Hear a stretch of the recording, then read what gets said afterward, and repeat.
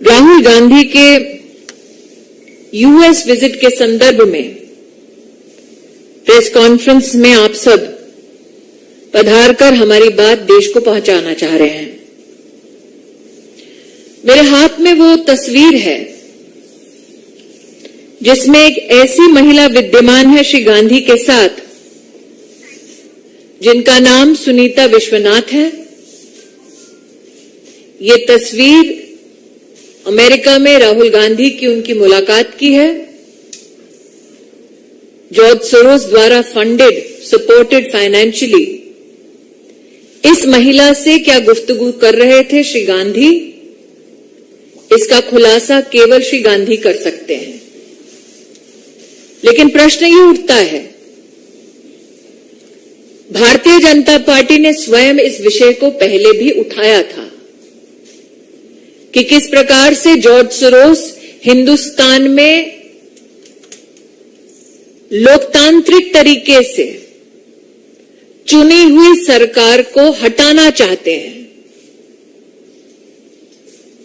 जब George Soros के इरादे हर हिंदुस्तानी को पता थे,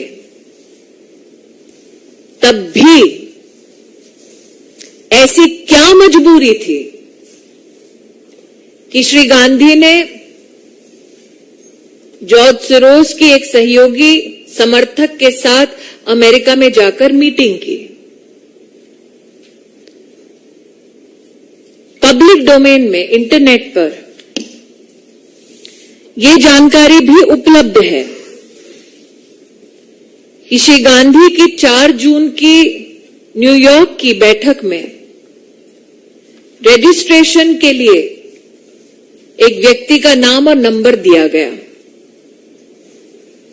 उस व्यक्ति के, श्री अंसारी, उनके संबंध पाए गए Islamic circle of north America से। Islamic circle of north America के बारे में 28 फरवरी 2019 में यूएस कांग्रेस में, हाउस ऑफ रिप्रेजेंटेटिव्स में एक रेजोल्यूशन के बारे में कहा गया कि इसका संपर्क और संबंध जमाते इस्लामी के साथ है। ऐसा क्यों है कि पब्लिक डोमेन में जिनका संबंध और संपर्क जमाते इस्लामी के साथ है, उनका सहारा लेने की कांग्रेस पार्टी को नौबत आ पड़ी। जॉर्ज सोरोस का और उनके द्वारा फंडेड संगठनों का राहुल गांधी से ताल्लुक नया नहीं, पुराना है। एक और प्रकाशन में यह स्पष्ट हुआ है, इंटरनेट पर भी ये फोटोग्राफ्स उपलब्ध हैं।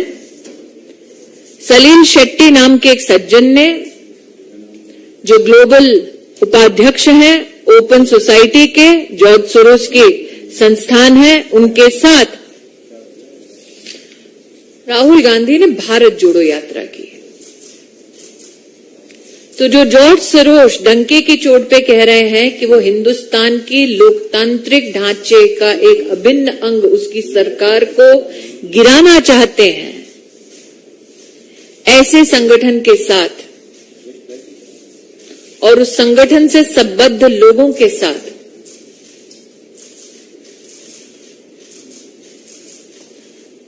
क्यों गांधी खानदान अपने रिश्तों को और भी मजबूत कर रहा है? आप सबके ध्यान में आया होगा, भारतीय जनता पार्टी के कार्यकर्ता भी जानते हैं कि इस विषय को उठाने के लिए कांग्रेस पार्टी ने एक एफआईआर दर्ज की। एफआईआर का निश्चित रूप से पॉलिटिकल स्वरूप देश को समझ आता है। जून का महीना है, आपातकाल की याद निश्चित ताजा करते हुए गांधी खानदान ने पुनः देश को यह प्रमाण दिया है कि चाहे राज्य में उनके पास सत्ता आ जाए, वो सच को दबाने के लिए किस हद तक जा सकते हैं। लेकिन सत्य ये है, पब्लिकली अवेलेबल डॉक्यूमेंट्स में, कि जिनका सहारा लेके उन्होंने मीटिंग की, उनका संबंध जमाते इस्लामी के साथ है। जिनके साथ उन्होंने मीटिंग की, उनका संबंध जॉर्ज सोरोस से है। राजनीति नहीं, राष्ट्रनीति की दृष्टि से अगर सोचे तो सवाल वाजिब है कि जो व्यक्ति कहता है कि आपके देश की सरकार को वो किसी भी कीमत पर कितने भी पैसे देकर उखाड़ फेंकेगा, जो विदेशी कहता है, उसके साथ ये रिश्ता क्या कहलाता है। मैं दोबारा कह रही हूं, आज की ये मेरी विषय से जुड़ा कोई अगर सवाल है तो मुझे बताएं, क्योंकि मैं दोबारा कह रही हूं कि आपने आज तक किसी ऐसे गांधी खानदान के व्यक्ति को देखा जो जमाते इस्लामी द्वारा सपोर्टेड व्यक्तियों के माध्यम से अपनी मीटिंग करे। आपने आज तक अपनी पूरी पत्रकारिता के करियर में क्या कभी किसी राजनेता को देखा जो ये कहे कि हम उनके साथ जुड़ते हैं जो हिंदुस्तान की डेमोक्रेटिकली इलेक्टेड सरकार को उखाड़ फेंकना चाहते हैं? मैंने ये भी नहीं कहा प्रज्ञा, मेरे हाथ में एक और आर्टिकल है जिसमें एक पत्रकार ने ये कहा है। मैं जानबूझकर पत्रकार और पब्लिकेशन का नाम नहीं ले रही ताकि पत्रकार को कोई आंच ना आए, लेकिन ये सारा डिटेल पब्लिक डोमेन में उपलब्ध है।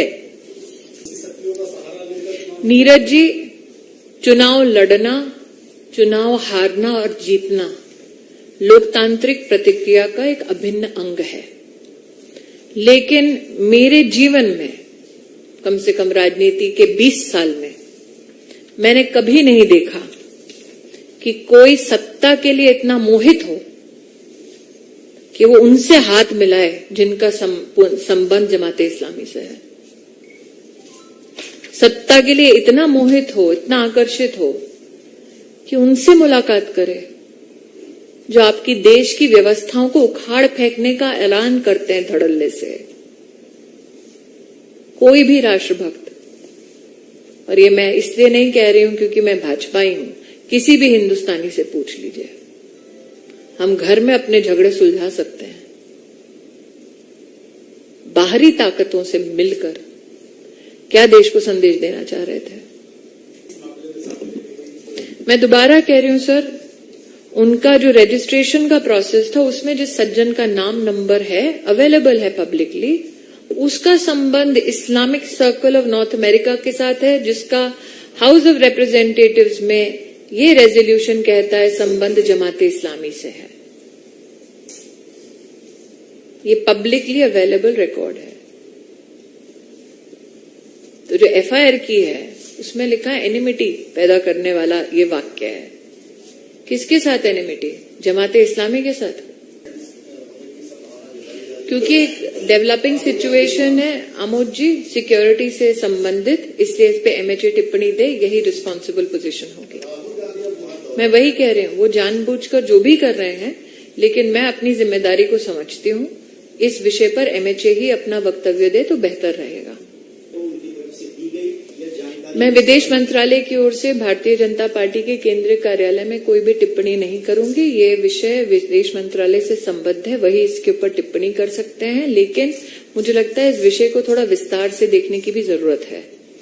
मेरी जो प्रेस कॉन्फ्रेंस हुई थी जॉर्ज सोरोस के संबंध में, जिसके बारे में कांग्रेस ने भी अपनी टिप्पणी की थी, उस प्रेस कॉन्फ्रेंस के बाद ये स्पष्ट था कि जॉर्ज सोरोस के हिंदुस्तान के खिलाफ क्या इरादे हैं।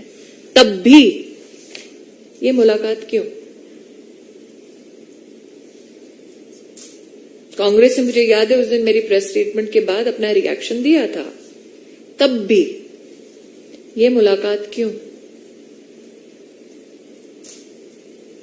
तो ऐसा नहीं है कांग्रेस पार्टी कहेगी जानकारी का अभाव है।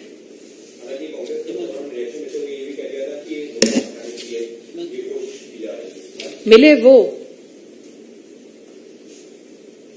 और कहें कि मुद्दा ना बने। आप पत्रकार हैं, कि आपके लिए स्वाभाविक प्रश्न नहीं है। जनता तो जानती है, मुझे लगता है कि जनता तो जानती है, जनता तो जानती है। जॉर्ज सोरोस के बारे में जनता जानती है। क्या राहुल गांधी कहना चाहते हैं वो नहीं जानते? भाई साहब, इससे अगर कोई संबंधित प्रश्न हो तो बताएं। Thank you.